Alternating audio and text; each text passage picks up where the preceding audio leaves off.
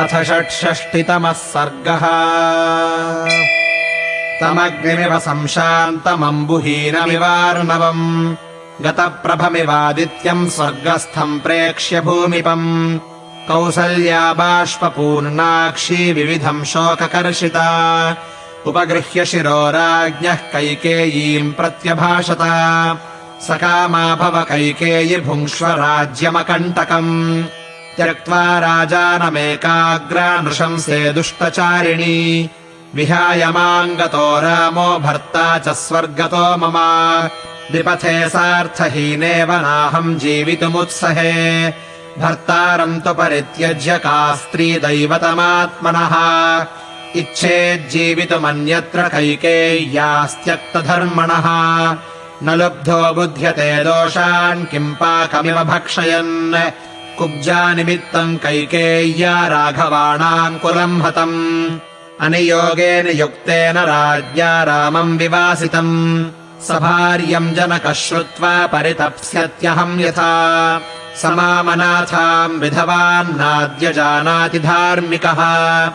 रामः कमलपत्राक्षो जीवन्नाशमितो गतः विदेहराजस्य सुता तथा चारुतपस्विनी दुःखस्यानुचिता दुःखम् वने पर्युद्विजिष्यति न दताम् भीमघोषाणाम् निशासु मृगपक्षिणाम् निशम्यमाना सन्त्रस्ता राघवम् संश्रयिष्यति वृद्धश्चैवाल्पपुत्रश्च वैदेहीमनुचिन्तयन् सोऽपि शोकसमाविष्टो नूनम् त्यक्ष्यति जीवितम् साहमद्यैव दिष्टान्तम् गमिष्यामि पतिव्रता इदम् शरीरमालिङ्ग्य प्रवेक्ष्यामि हुताशनम्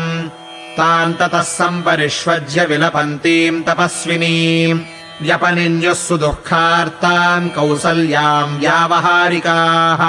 तैलद्रोण्याम् तदामात्याः संवेश्य जगतीपतिम् राज्ञः सर्वाण्यथादिष्टाश्चक्रुः कर्माण्यनन्तरम् न तु सङ्कारणम् राज्ञो विना पुत्रेण मन्त्रिणः सर्वज्ञाः कर्तुमीशुस्ते ततो रक्षन्ति भूमिपम् तैलद्रोण्याम् शायितम् तम् सचिवैस्तु नराधिपम् हामृतोऽयमिति ज्ञात्वा स्त्रियस्ताः पर्यदेवयन् बाहूनुच्छ्रित्य कृपणा नेत्रप्रस्रवणैर्मुखैः रुदत्यः शोकसन्तप्ताः कृपणम् पर्यदेवयन् हा महाराज रामेण सन्ततम् प्रियवादिना विहीनाः सत्यसन्धेन किमर्थम् विजहासिनः कैकेय्या दुष्टभावाया राघवेण विवर्जिताः कथम् सपत्न्या वत्स्यामः समीपे विधवा वयम् स हि नाथः स चास्माकम् तव च प्रभुरात्मवान् वनम् रामो गतः श्रीमान् विहाय नृपतिश्रियम् त्वया तेन च वीरेण विना व्यसनमोहिताः कथम् वयम् निवत्स्यामः कैकेय्या च विदूषिताः यया च राजा रामश्च लक्ष्मणश्च महाबलः